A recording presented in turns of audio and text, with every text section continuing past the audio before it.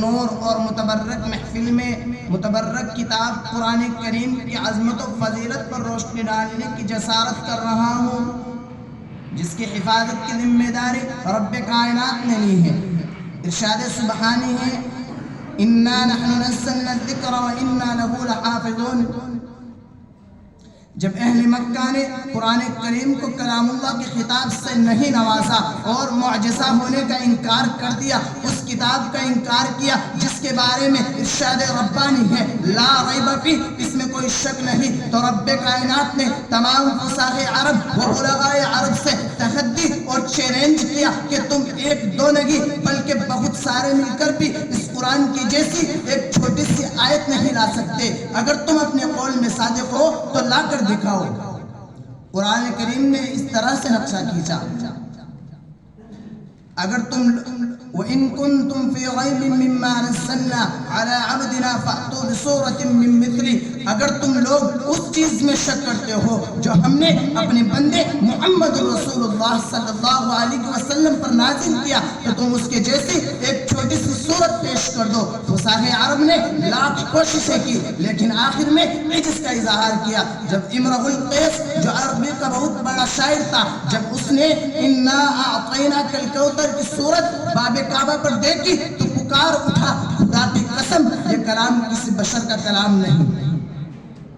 عزیزان ملت، آئیے میں آپ حضرات کو عظمت قرآن سناتا ہوں۔ جب کسی آدمی کے بارے میں یہ اندازہ لگانا چاہے کہ یہ عاصی ہے یا نیک بخت، یہ صادق ہے یا کاذب، تو اس کے متعلقین پر نظر ڈالے، اگر وہ صحیح ہے تو وہ شخص بھی صحیح، اگر اس کے متعلقین بد ہے تو وہ شخص بھی بد۔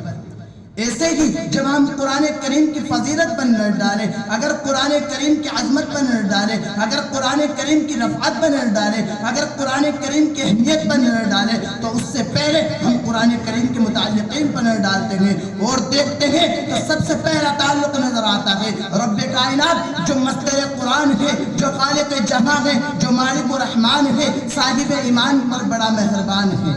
یہی ہمارا ایمان ہے، جو اس کا منکر ہے وہ شیطان ہے۔ کلام الملوک ملوک الکلام، بادشاہوں کا کلام کلاموں کا بادشاہ ہوتا ہے۔ لہذا پتہ چلا کہ قرآن سب سے اعلیٰ ہے، قرآن سب سے عرفہ ہے، قرآن کریم کو دوسری کتابوں پر فضیلت حاصل ہے۔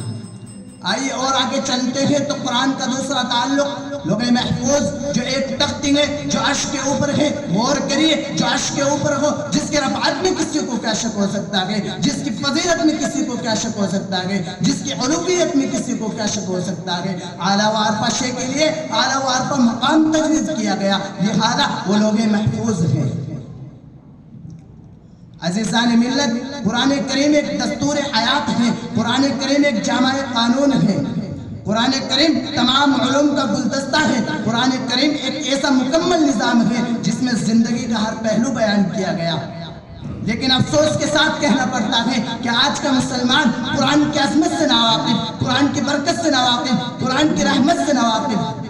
جب محسن انسانیت صلی اللہ علیہ وسلم نے قرآن کریم کو عوام الناس کے سامنے سنایا تو باطل کے سیر و رواں کو توحید اور ایمان کی دولت بخشی، نفرت و عداوت رکھنے والوں کو وقوت و شرافت کا سبق سکھلایا۔ پتھر کا کلیجہ رکھنے والے عمر رضی اللہ تعالیٰ عنہ نے جب قرآن کو پڑھا اور سنا تو دست رسول اللہ صلی اللہ علیہ وسلم پر ایمان قبول کر لیا۔ عمر قاتل ہونے جا رہے تھے لیکن قائل ہو کر واپس ہوئے۔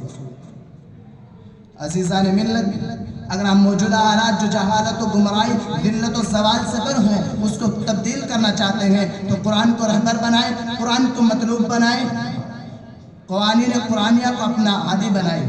اب شعور میں ایک گلفان بدلنا ہوگا، اب شعور میں ایک گلفان بدلنا ہوگا، جس میں گردش نہ ہو وہ جام بدلنا ہوگا۔ اللہ تعالیٰ سے دعا ہے کہ ہم سب کو آیت قرآنیہ پر عمل پیرا ہونے کی توفیق عطا فرمائے۔ وما علینا